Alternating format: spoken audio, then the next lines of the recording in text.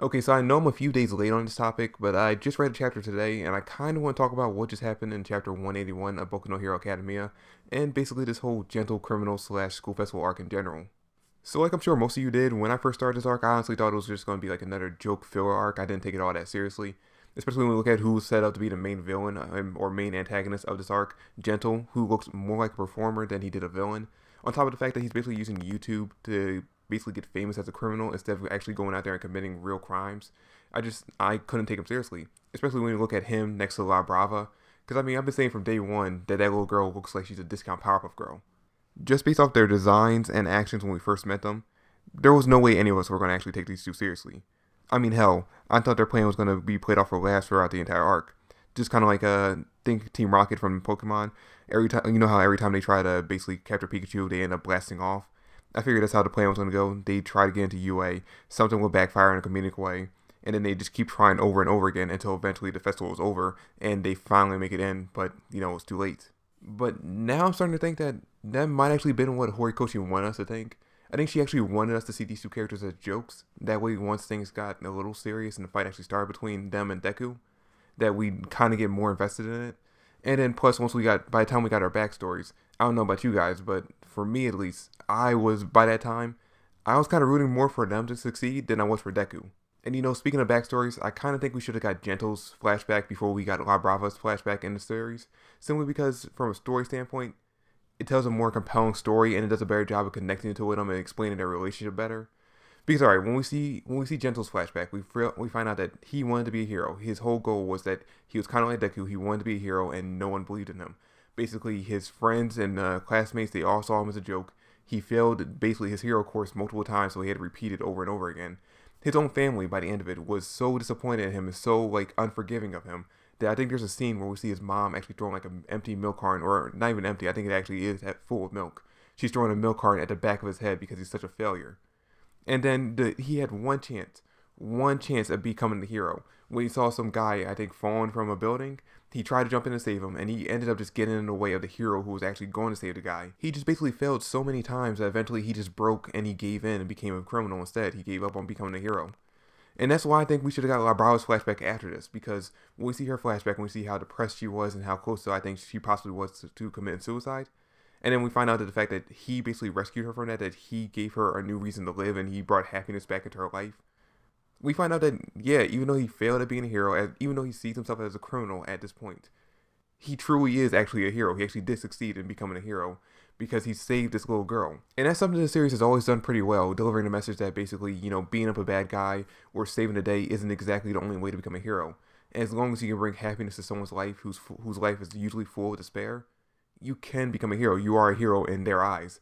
And that's kind of the message of this arc in general, basically, because we know it starts off with Deku wanting to put on the school festival for Eri because her life has been full of despair. I mean, basically, she killed her own dad. She's been tortured and kidnapped by this one maniac for her entire life. And he basically her life is basically so despair that she has no happiness whatsoever. And he wants to bring happiness to her life. He wants to see a smile be put on her face. And dude, that's what's so compelling about this fight for Deku, because the two characters both have goals that they want to accomplish not only for themselves, but for someone that they really care about.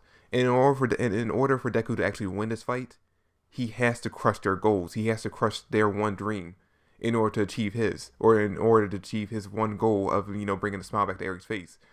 And it basically comes back to that philosophical idea that basically, if you want to achieve your own happiness, you have to destroy someone else's. And that's why this fight is so hard for Deku, because unlike all the other fights that he's had, where it's been clear that the people were bad guys, no matter what the kind of backstory they had. I mean, you can argue that Chisaki and Stain both had kind of sad backstories, but their backstories and what happened to them throughout life didn't justify the actions they took after their backstories and when Deku was basically fighting them. Especially Chisaki, nothing that he went through in life justifies everything he did to Ares. But yeah, for basically every other fight that Deku's had throughout the series, it's been pretty much black and white. The characters are villains, they're bad guys, and he has to stop them because they're doing something that's going to bring harm to other people. But ultimately, his fight with Gentle really isn't that dire. I mean, yeah, Gentle is a criminal, but his only goal is to sneak into UA, film a video of himself in UA, and basically just sneak out. He had no intentions of hurting anybody. And by the end of the arc, Deku realizes that the two of them just really aren't that different. And that Deku and Gentle both basically wanted to be heroes so badly, despite the fact that no one in their life believed in them, including their own families. And honestly, if it wasn't for All Might coming in and telling Deku that he actually did have what it takes to become a hero, he possibly could have went down the same path that Gentle did. And once I realized that this arc was kind of just like the whole Naruto versus Gaara fight, except for the big difference is that Gentle, even though he did end up becoming a villain and becoming a criminal, he ultimately kept his morals as a hero, where he didn't want to put innocent people in danger, and basically all the crimes that he committed were non-violent, which ultimately ended up giving him Deku's respect. Okay, finally onto the topic of chapter 181, we see Gentle and La Brava finally get caught by a few of the professional heroes, and we actually see Deku, even though Gentle kind of sent him away, he comes right back at the end of, or about halfway through the chapter, in order to basically kind of lie for Gentle, in order to like get his sentence lessened, because he kind of lies and says, or he's not lying, bro, he's actually kind of telling the truth, but basically that Gentle just wanted to pull a prank. He tells that to the professional heroes in order to get his sentence kind of reduced, but the only problem is, right before he showed up, Gentle kind of told them that he committed the crime of kidnapping and brainwashing a little girl. So no matter what Deku told him, the fact that Gentle wants to protect La Brava by, basically falsely accusing himself of that crime, he's going to end up doing some major jail time. Which, it kind of goes against the theory that a lot of people had for a while now with Gentle's criminal. And that basically a lot of people thought that he was built up to be an anti-hero who would come back in later arcs in order to help Deku out. I don't see that happening unless the hero agency really gives some leniency to this character. Then we see Gentle being carted away to the police station by the professional heroes, and we kind of get this moment where both Gentle and Deku kind of have like a moment in their head where they're thinking about how much they kind of respect the other character. Then after that, he leaves. Deku heads back to where he left the ropes at because he kind of dropped them when he first met up with Gentle at the outside the tea shop.